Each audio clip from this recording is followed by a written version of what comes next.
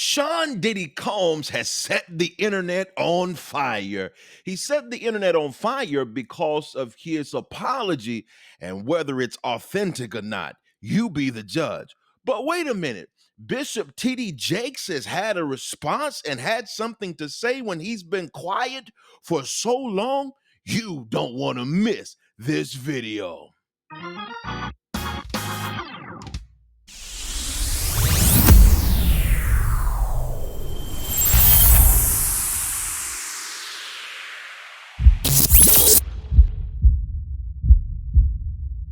And so let's go ahead and talk about what's going on here. Bishop T.D. Jakes has come out now since everything's been out on the table, and he's saying something about, the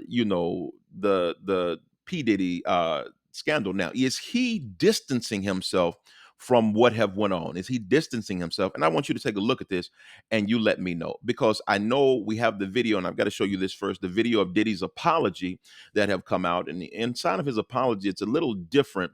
And I want to make sure that I take the time to go ahead and give you this. Let's go. Let's get into the video. It's so difficult to reflect on the darkest times in your life, but sometimes you got to do that. I was up. I hit rock bottom, but I make no excuses. My behavior on that video is inexcusable. I take full responsibility for my actions in that video. I'm disgusted. I was disgusted then when I did it. I'm disgusted now. I went and I sought out professional help. I had to go into therapy and go into rehab. Had to ask God for his mercy and grace.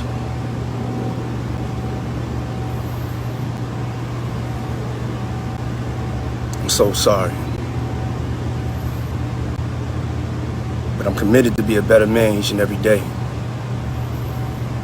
I'm not asking for forgiveness. I'm truly sorry.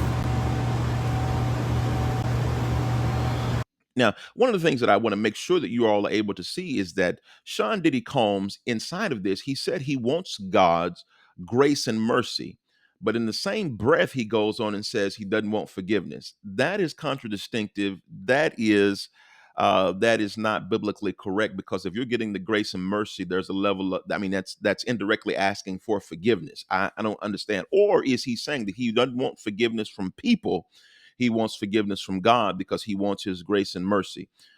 There's a lot of, or is that the demonic speaking through him? Because it sounds like the man who is in all of this really wants God's help, but then you've got this demonic undertone going on. Y'all, it's a whole bunch. I want to know what you think about this whole video, and let's get over to Bishop T.D. Jakes' video and what he said. Let's go.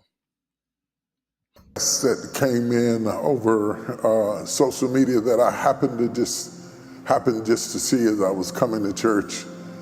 And the woman said to me, "Would you please pray for women who are living in danger in their own house?"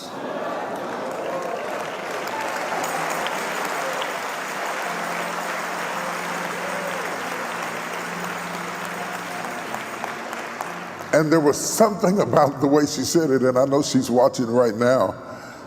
There was something about the way she said it. It was a cry for help. And I realized something when I read what she said. As a father and as a husband and as a son and a mama's boy at that, when I saw the images that have been floating all over the news all week, it became difficult to watch. The atrocious, degrading, demeaning, debauchery.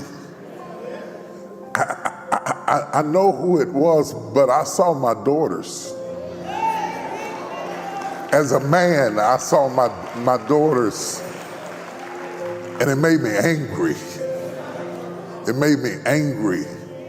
And I thought, if it affected me like that as a man, how much more is that image a trigger for women who have been through that, who are currently going through that, who are in the middle of that, who feel trapped in situations where you are being physically and emotionally and verbally abused.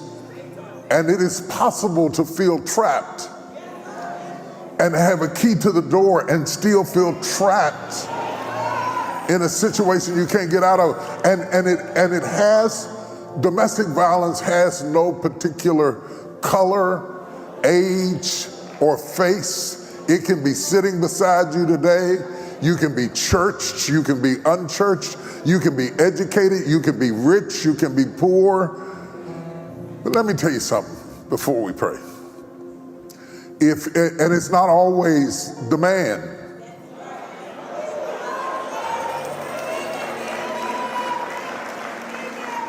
Let me tell you a couple of things before we pray. Both for the victims and the perpetrator. There's something you need to understand. If you got a rage you can't control, if you have an emotional problem, a mental health issue where you're bipolar, and your kids get scared when they hear your car coming home, you gotta get some help, dude. You gotta get some help. You gotta come out of denial and get some help. Now, notice how Bishop T.D. Jakes did not call out Sean Diddy Combs' name. He stayed away from that.